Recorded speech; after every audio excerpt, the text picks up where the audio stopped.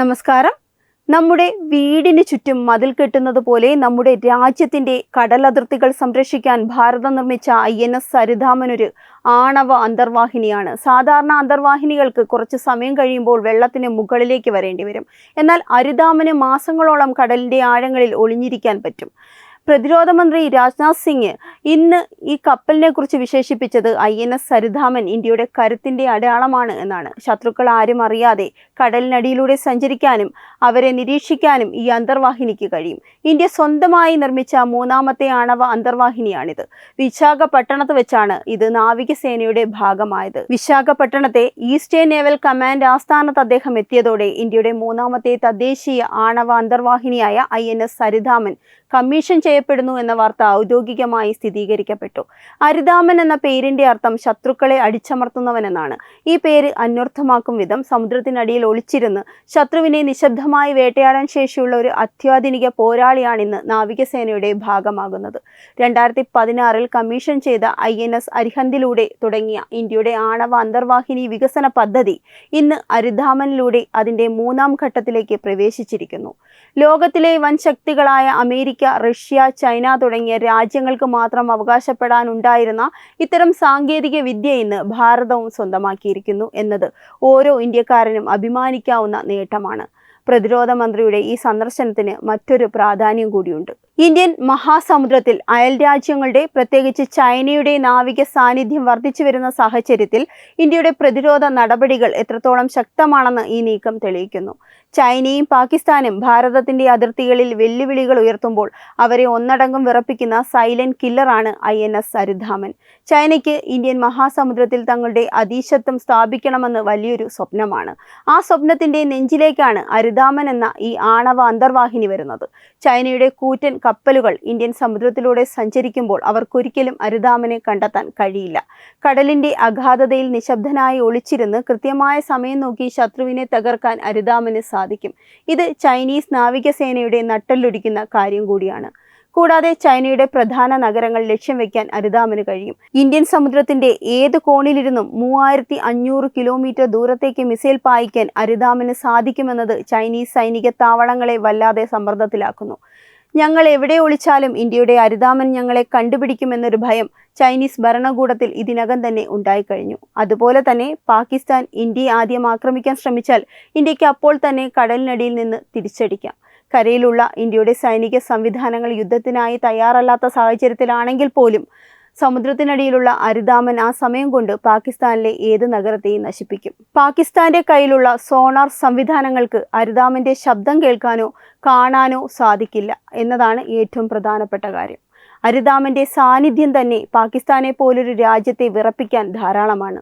വരും കാലങ്ങളിൽ 4ാമത്തെ അന്തർവാഹിനി കൂടി എത്തുമ്പോൾ ഇന്ത്യൻ സമുദ്രം പൂർണ്ണമായും ഇന്ത്യയുടെ നിയന്ത്രണത്തിലാകും. ഇന്ത്യയുമായി ഒരു യുദ്ധത്തിന് പോയാൽ അത് തങ്ങളുടെ നാശത്തിനായിരിക്കുമെന്ന് ചൈനയ്ക്കും പാകിസ്ഥാനും ഇതിനകം തന്നെ കൃത്യമായി മനസ്സിലായിട്ടുണ്ട്. ഇന്ത്യയുടെ ആണവ ത്രികോണം, അതായത് കരയിൽ നിന്നും, വായുവിൽ നിന്നും, കടലിൽ നിന്നും ആണവാക്രമണം നടത്താനുള്ള ശേഷി ഈ പുതിയ അന്തർവാഹിനിയുടെ വരവോടുകൂടി കൂടുതൽ കരുത്തുറ്റതായി മാറിയിരിക്കുകയാണ്. വിശാഖപട്ടണം ഈ വിജയത്തിന്റെ ആവേശത്തിലാണ്. കാരണം അവിടെയാണ് ഈ അന്തർവാഹിനി രൂപകൽപ്പന ചെയ്തതും നിർമ്മിച്ചതും. INS അരിതാമൻ ഒരു സാധാരണ അന്തർവാഹിനിയല്ല. ഇതിന്റെ ഉള്ളറകളിൽ ഒളിപ്പിച്ചിരിക്കുന്ന സാങ്കേതിക വിദ്യ ലോകത്തെ ഏത് അത്യാധുനിക യുദ്ധക്കപ്പലുകളെയും വെല്ലുന്നതാണ്. ഏകദേശം 7000 ടണ്ണോളം ഭാരമുള്ള ഈ ലോക ഭീമൻ ഇന്ത്യ നേരത്തെ നിർമ്മിച്ച INS അരിഹന്തിനേക്കാൾ വലുതും കൂടുതൽ പ്രഹരശേഷിയുമുള്ളതാണ്. ഭാഭ അറ്റോമിക് റിസർച്ച് സെന്റർ വികസിപ്പിച്ചെടുത്ത 83 മെഗാവാട്ടിന്റെ അത്യാധുനിക ആണവ റിയാക്ടറാണ് ഇതിന്റെ പ്രവർത്തനത്തിന് ഊർജ്ജം നൽകുന്നത്. സാധാരണ അന്തർവാഹിനികൾക്ക് വായുവിനും ഇന്ധനത്തിനുമായി ഇടയ്ക്കിടെ കടലിന്റെ ഉപരിതലത്തിലേക്ക് വരേണ്ടി വരുമ്പോൾ അരിതാമന് മാസങ്ങളോളം വെള്ളത്തിനടിയിൽ തന്നെ മുങ്ങിക്കിടക്കാൻ സാധിക്കും. ഇത് ശത്രുക്കളുടെ ചാര ഉപഗ്രഹങ്ങളിൽ നിന്നോ റഡാറുകളിൽ നിന്നോ പിടിക്കപ്പെടാതെ ഇരിക്കാൻ സഹായിക്കുന്നു. അരിതാമന്റെ ഏറ്റവും വലിയ ആയുധം അതിലെ മിസൈൽ വിക്ഷേപണ സംവിധാനമാണ്. ഇതിൽ 8 വെർട്ടിക്കൽ ലോഞ്ച് ട്യൂബുകൾ ഘടിപ്പിച്ചിട്ടുണ്ട്. ഇതിലൂടെ ഇന്ത്യയുടെ വിഖ്യാതമായ K4 ബാലിസ്റ്റിക് മിസൈലുകൾ തൊടുക്കാം. 3500 കിലോമീറ്റർ ദൂരപരിധിയുള്ള ഈ മിസൈലുകൾക്ക് ആണവമുനകൾ വഹിക്കാനുള്ള ശേഷിയുണ്ട്. അതായത് ഇന്ത്യൻ കടൽ അതിർത്തിയിൽ ഇരുന്നു കൊണ്ട് തന്നെ ഏഷ്യയിലെ ഏത് ഭാഗത്തെയും ലക്ഷ്യം വെക്കാൻ അരിതാമന് സാധിക്കും. ഇതിനെയാണ് സൈനിക ഭാഷയിൽ സെക്കൻഡ് സ്ട്രൈക്ക് കാപ്പബിലിറ്റി എന്ന് വിളിക്കുന്നത്.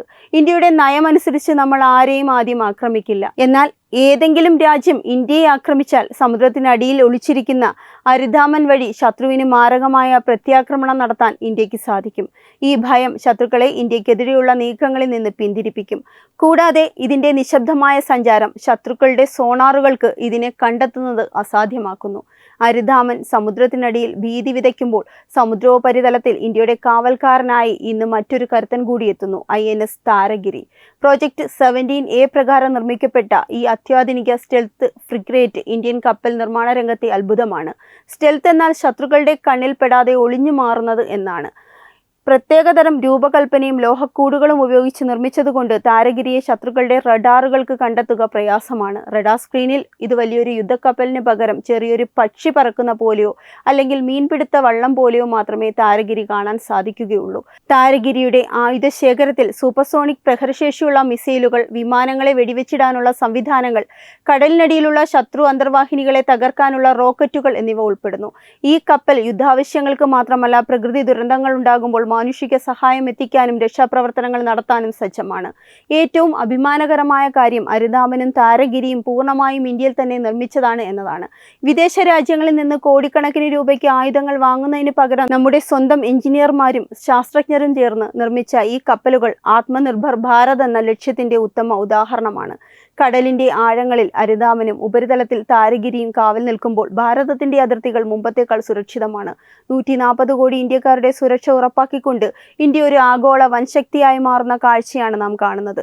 ഈ നേട്ടം വരും തലമുറകൾക്ക് വലിയ പ്രചോദനമായി മാറുമെന്നതിൽ ഒരു സംശയവുമില്ല. ഭാരതത്തിന്റെ പ്രതിരോധ മേഖലയിലെ കുതിച്ചുചാട്ടം ലോക ചരിത്രത്തിൽ തന്നെ സമാനതകളില്ലാത്തതാണ്. INS അരിധാമന്റെയും INS താരഗിരിയുടെയും കമ്മീഷനിങ് 2 യുദ്ധക്കപ്പലുകൾ നാവികസേനയുടെ ഭാഗമാക്കുന്ന ചടങ്ങ് മാത്രമല്ല, മറിച്ച് ഭാരതം എന്ന വൻശക്തിയുടെ ആത്മവിശ്വാസത്തിന്റെയും സ്വയം പര്യാപ്തതയുടെയും വിളംബരമാണ്. പ്രതിരോധ മന്ത്രി രാജ്നാഥ് സിംഗ് സൂചിപ്പിച്ചതുപോലെ അരിധാമൻ 140 കോടി ജനങ്ങളുടെ സുരക്ഷയുടെ ഉറപ്പാണ്. കടലിന്റെ ആഴങ്ങളിൽ നിശബ്ദനായി പതിയിരിക്കുന്ന ഈ രഹസ്യ പോരാളി ഇന്ത്യയുടെ ആണവ പ്രതിരോധ നയത്തിന് നൽകുന്ന കരുത്ത് സങ്കല്പിക്കാവുന്നതിലും അപ്പുറമാണ്. ലോകത്തിലെ വിരലിലെണ്ണാവുന്ന രാജ്യങ്ങൾക്ക് മാത്രം കൈവശമുള്ള ആണവ അന്തർവാഹിനി സാങ്കേതിക വിദ്യ നമ്മുടെ സ്വന്തം ശാസ്ത്രജ്ഞരും എഞ്ചിനീയർമാരും ചേർന്ന് വികസിപ്പിച്ചെടുത്തു എന്നത് ഓരോ ഇന്ത്യക്കാരൻ്റെയും ശിരസ് അഭിമാനം കൊണ്ട് ഉയർത്തുന്ന കാര്യം കൂടിയാണ്.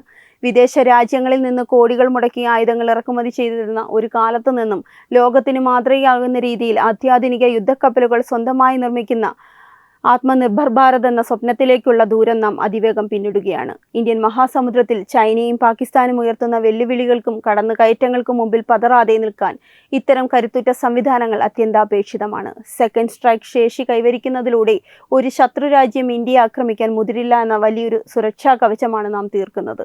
സമുദ്രത്തിനടിയിൽ അരിധാമനും ഉപരിതലത്തിൽ താരഗിരിയും കാവൽ നിൽക്കുമ്പോൾ നമ്മുടെ കടൽ അതിർത്തികൾ അഭേദ്യമായ കോട്ടകളായി മാറുന്നു. ബലഹീനന്റെ സമാധാന പ്രസംഗത്തെക്കാൾ കരുത്തന്റെ നിശബ്ദതയ്ക്ക് ലോകം വില നൽകുന്ന കാലമാണിത്.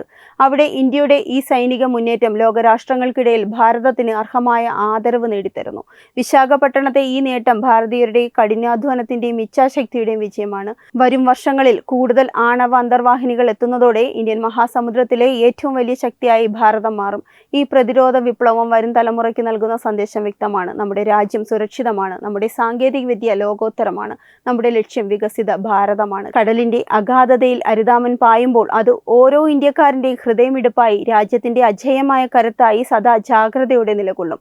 ഭാരതത്തിന്റെ ഈ കുതിപ്പ് പ്രതിരോധ മേഖലയിൽ മാത്രമല്ല, ഒരു ആഗോള വൻശക്തിയിലേക്കുള്ള നമ്മുടെ പ്രയാണത്തിന്റെ തുടക്കം കൂടിയാണ്. Web desk Tatwamayi news.